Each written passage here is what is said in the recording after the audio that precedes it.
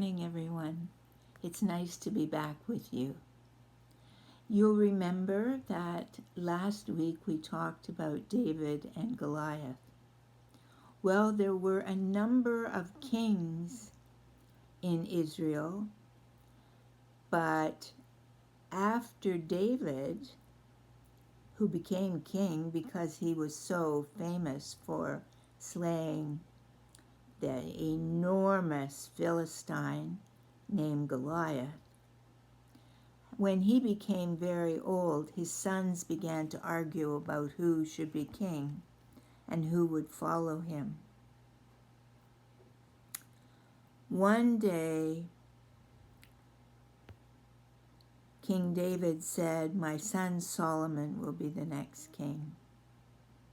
And then God spoke to Solomon and said, "You can ask for anything you want." And Solomon said, "Please, God, help me to be wise. Help me to know what I should and should not say and do." God was really pleased that Solomon didn't ask for riches, and said to him, "I am going to make you rich because you've done such a good thing in asking only to be wise." And here's an example of how wise Solomon turned out to be. One day, 2 women came to him, and with the 2 women, there was only one baby. And the story told by one of the women was that they had each had a baby, and one died, and that the other one was fighting to take her baby. Well, they were both saying the same thing, that it was their baby.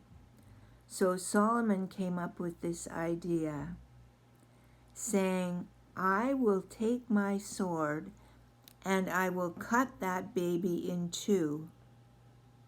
Then you can each have half of a baby."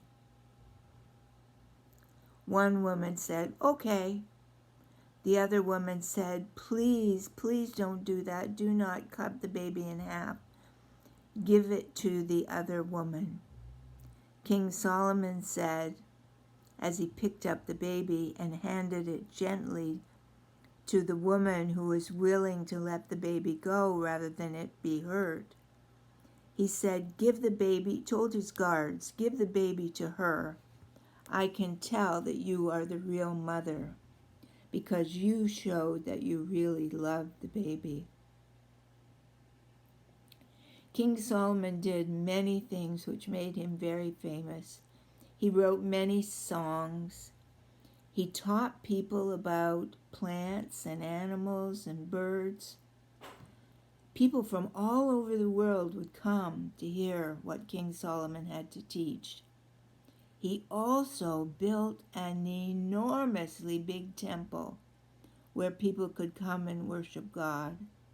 It was very beautiful, and people came from all over just to see it. So, next week, we'll learn about some of the prophets, because this week we learned about one of the kings. I'll look forward to next Saturday. Bye-bye.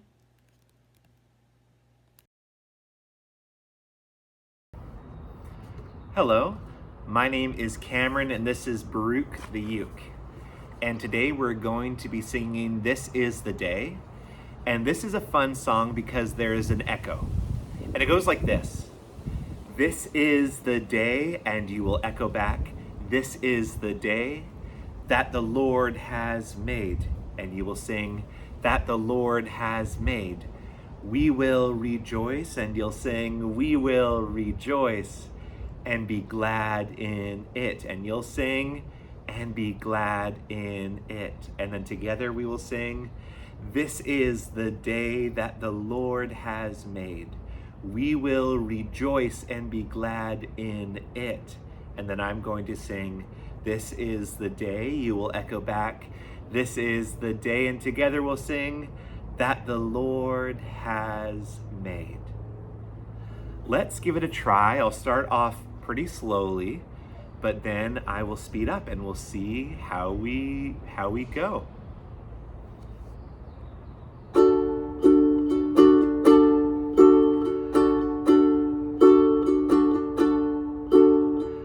This is the day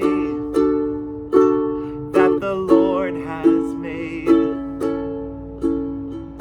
We will rejoice and be glad in it. This is the day that the Lord has made. We will rejoice and be glad in it. This is the day that the Lord has made. Let's try that again. This is the day that the Lord has made. We will rejoice and be glad in it. And together, this is the day that the Lord has made. We will rejoice and be glad in it. This is the day that the Lord has made. How's that? Let's go a little faster and see if we can keep up. This is the day that the Lord has made. We will rejoice and be glad in it. This is the day that the Lord has made. We will rejoice and be glad in it. This is the day that the Lord has made. Let's go a little faster still.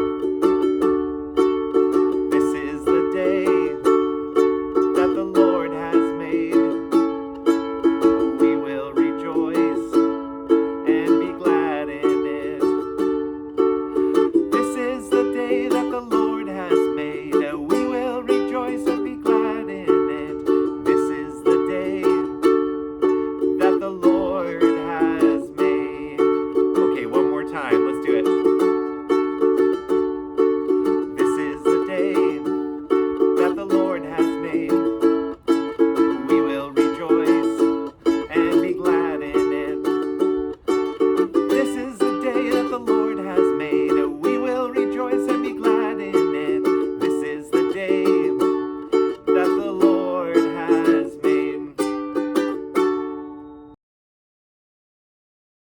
King Solomon is very wise. Many people in Israel had problems and arguments with others. They would ask King Solomon to decide who was right. Solomon needed God's help to be wise. One night, King Solomon heard God speak to him, saying, "Ask me for anything at all, and I will give it to you." When he woke up, it was a dream. Solomon prayed to God and said, "I don't know how to be a good king. Show me how to know what is right and what is wrong when people need my help."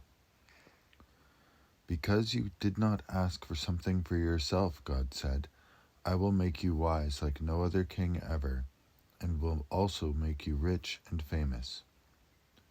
Two mothers lived together, each with their newborn baby. When one baby died, its mother swapped it for the live baby, pretending it was hers, and wouldn't give it back. The mothers kept arguing, so they went to see King Solomon. The king had a clever idea. "Give the mothers half the baby each," he said.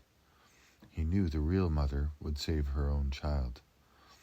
One mother wanted them to have half a baby each, but the real mother cried, "Don't hurt my baby, she can have him."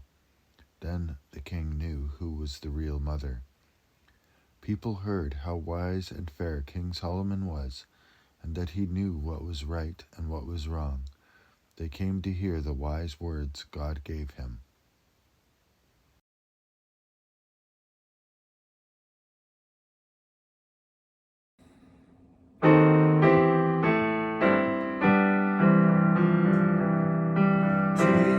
Jesus loves me, this I know, for the Bible tells me so. Little ones to him belong. They are weak, but he is strong. Yes, Jesus loves me. Yes, Jesus loves me. Yes, Jesus loves me.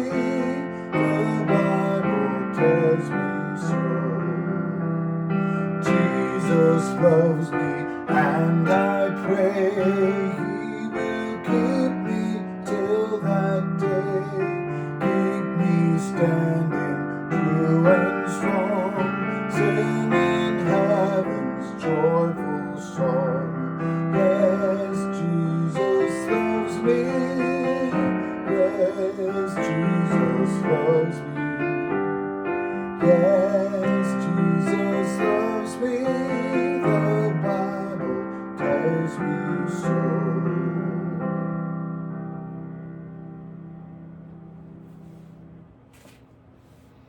Thanks, everyone. See you next week.